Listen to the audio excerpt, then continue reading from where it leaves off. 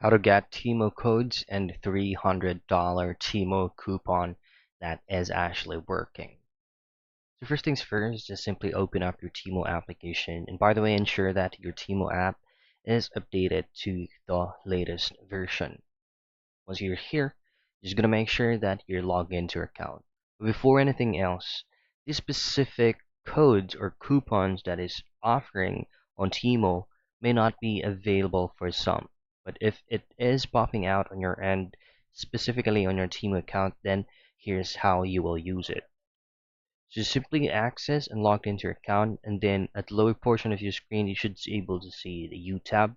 Simply tap on U, and then below your username, you will see credit and coupons and offers.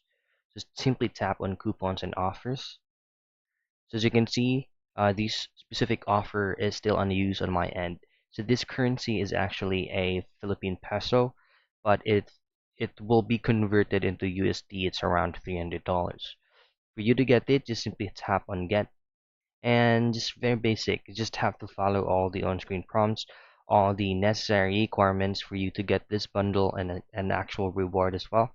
And then if there is a certain amount of purchase that you need to reach, then you just have to follow those for you to be able to take advantage and use the $300 code.